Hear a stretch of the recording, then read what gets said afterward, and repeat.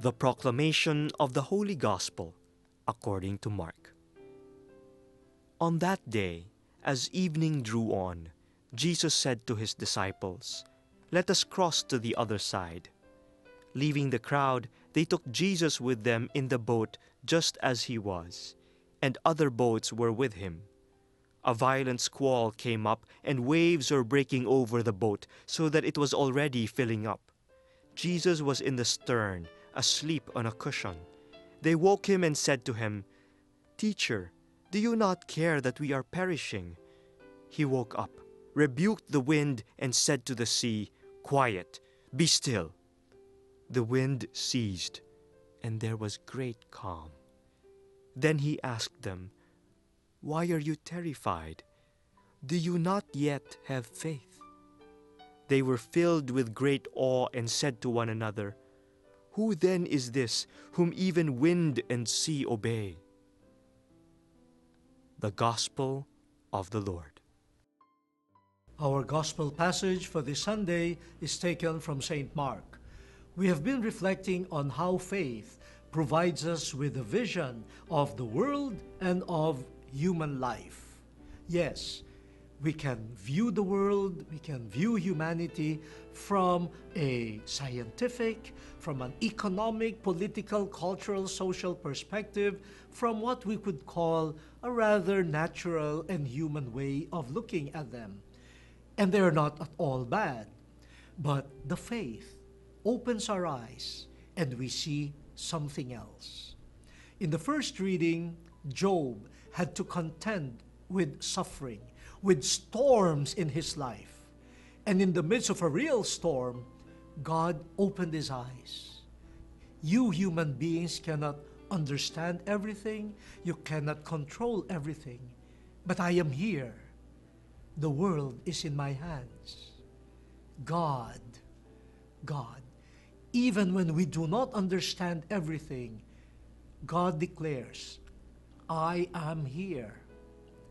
I am the force behind this immense mystery of nature and creation." In the second reading, St. Paul tells the Corinthians that in fact there is a new creation. Not a creation that is just a product of natural processes, but a new creation that is perceived by faith in Jesus Christ. Because of Jesus' life, death, and resurrection, according to St. Paul, we view human beings from a new set of standards.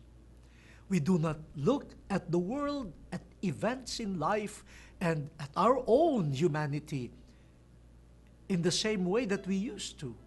Because of the light presented to us by our faith in Jesus, wow, we see the world, we see human beings from a different perspective. And we ourselves, we live not anymore for ourselves, but for Him who died for us. What a vision, what a renewed vision of the world and of life. In the Gospel, we have a narrative. I think we can all identify with the apostles. They were together with Jesus in a boat. They were crossing. And, if you are, let's say, there were 12, with Jesus 13, to be in one fishing boat, now that's quite crowded, But Jesus ordered them, to come together. And so they did. And while they were crossing, wow, there was a squall, and winds started buffeting the boat. And to make things worse, water started entering the boat. And they were already quite crowded, and the boat has been rendered heavy by 13 men. Now water enters it. Wow. The danger of sinking and them drowning was real. Who would not panic? Who would not cry out? Who would not think of how do we save ourselves? That's an instinct. You preserve your life, and you look at these forces, you are helpless, you panic. Then they turn to Jesus. And what do they see? Jesus was sleeping. Jesus was sleeping. Remember, they did not fully know who Jesus was. The true identity of Jesus would slowly be revealed to them. So at this point in their relationships, they knew him as a teacher, as a master, as someone brilliant, but the full revelation of the identity of Jesus has not yet come. So while they admired him, they also could not understand why he was apparently unperturbed, indifferent to the dangers. While they were all panicking, their master was sound asleep. And so they woke him up. Are you not concerned that we will all drown? Why are you sleeping there? Do something. Help us take the water out of this boat or whatever. But be active, do something. And he just asked them, why are you afraid? Why is your faith faltering? And he ordered the winds to calm. And the winds quieted down.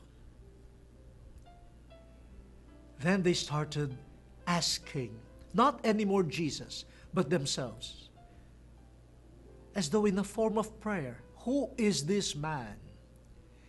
Who is this man that sleeps as though unconcerned about our potential danger? And who is this man that is obeyed by the forces of the wind?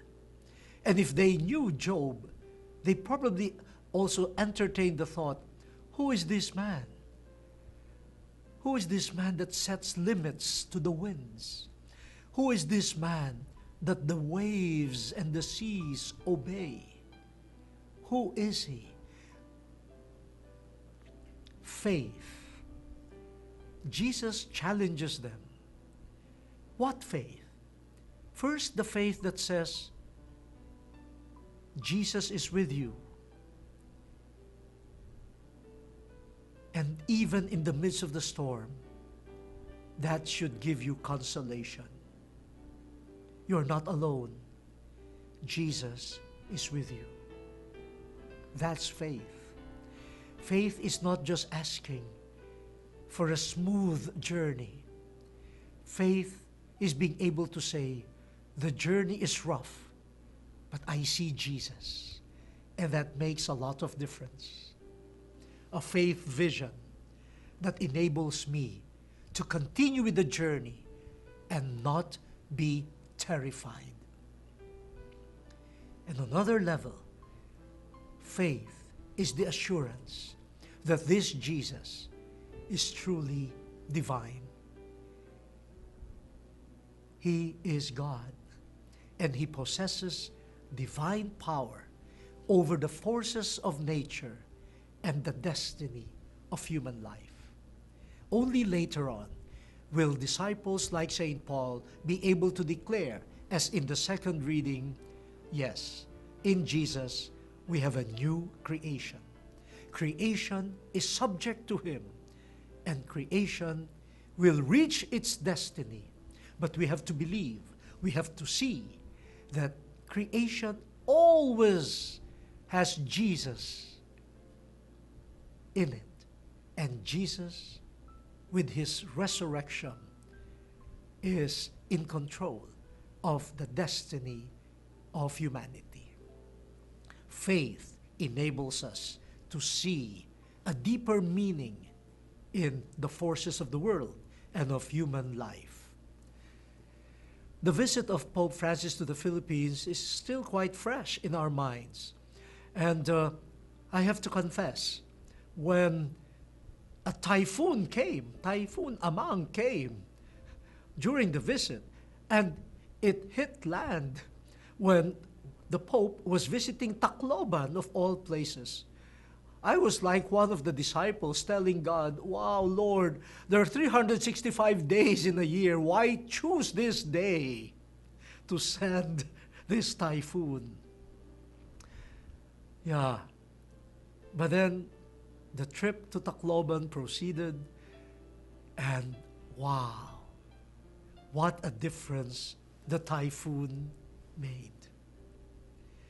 It totally opened a vision of faith. Imagine the Eucharist being celebrated in the midst of the typhoon, the winds,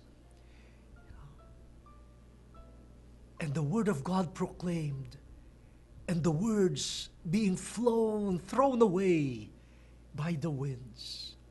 Y cuando yo vi desde Roma esta catástrofe, When I saw from Rome that catastrophe, sentí que tenía que estar aquí. I felt that I had to be here.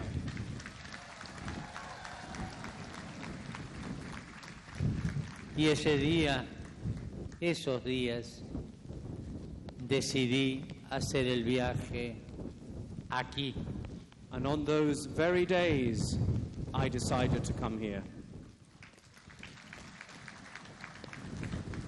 Quise venir para estar con ustedes. I'm here to be with you. Un poco tarde, me dirán, es verdad, A little bit late, I have to say, pero estoy. but I'm here.